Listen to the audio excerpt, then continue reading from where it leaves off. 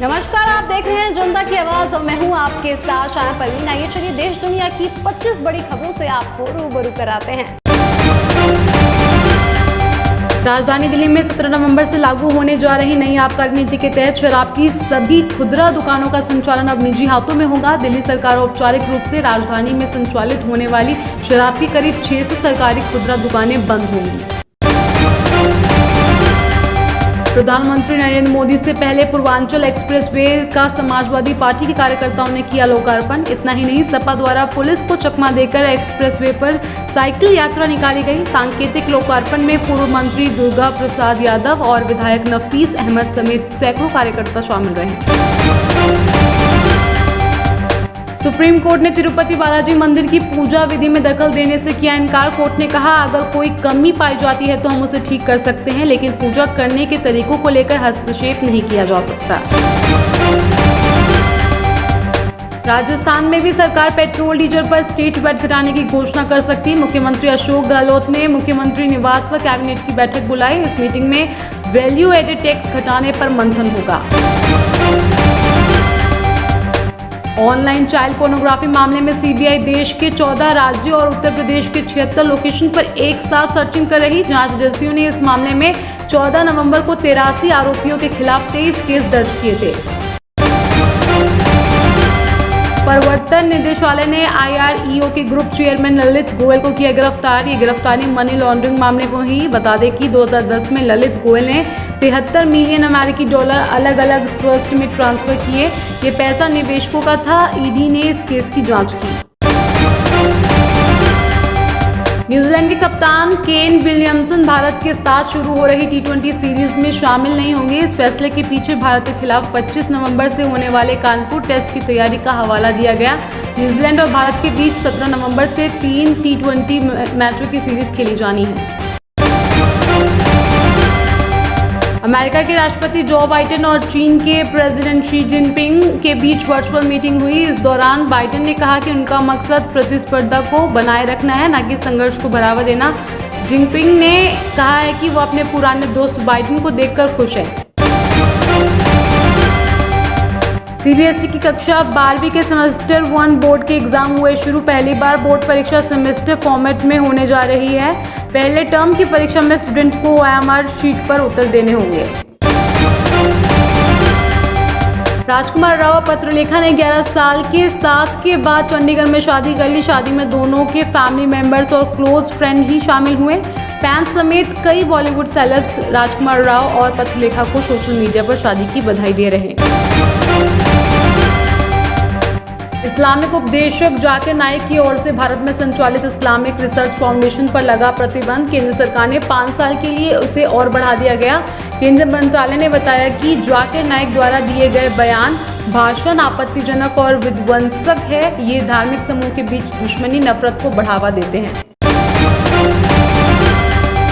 मध्य प्रदेश के Habibganj railway station को नए नाम के साथ ही नई और अत्याधुनिक सुविधाओं से लैस कर दिया गया। हबीबगंज रेलवे स्टेशन को अब रानी कमलापति जंक्शन के नाम से जाना जाएगा।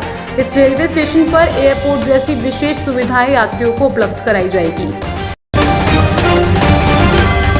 देश में पिछले 24 घंटे में कोरोना वायरस के सिर्फ 8,865 नए मामले सामने आए। अभी एक्टिव केसों की संख्या 525 दिनों में सबसे कम हो गई, जो कि 1,30,793 है।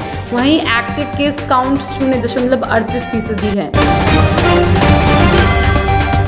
केंद्र सरकार ने commission for air quality management की बैठक बुलाई। ये बैठक सुप्रीम कोर्ट के निर्देश के बाद बुलाई गई है। मीटिंग में कमीशन के चेयरमैन MM कुट्टी और पर्यावरण सचिव RP गुप्ता की मौजूदगी में बैठक हुई। इस बैठक में उत्तर प्रदेश, दिल्ली, हरियाणा और पंजाब के पर्यावरण मंत्रालय से जुड़े अधिकारी भी शामिल रहे। कांग्रेस के वरिष्ठ नेता सलमान खुर्शीद का नैनीताल स्थित घर जला दिया गया। उनके घर पर पथराव भी हुआ। सलमान खुर्शीद ने सनराइज ओवर अयोध्या किताब लिखी, जिसको लेकर काफी विवाद हो रहा। बिहार के लखीसराय में भीषण सड़क हादसे में 6 लोगों की मौत हो गई। इस हादसे में 4 लोग गंभीर रूप से घायल हो गए। हादसे में जान गंवाने वाले 5 लोग दिवंगत बॉलीवुड एक्टर सुशांत सिंह राजपूत के रिश्तेदार थे। अहमदाबाद में सड़क किनारे नॉनवेज खाना बेचने पर लगाया गया बैन। इसके तहत स्कूलों, कॉलेजों और धार्मिक स्थलों के 100 मीटर के दायरे में ये सामान नहीं बेचे जा सकते हैं। अहमदाबाद नगर निगम की टाउन प्लानिंग कमेटी ने ये फैसला लिया। सोने के दाम में आई तेजी। सोना एक बार फिर धीरे धीरे 50,000 रुपये प्रति 10 ग्राम के भाव की तरफ बढ़ गया। वहीं चांदी की कीमत 0.50% की गिरावट के साथ कारोबार कर रही।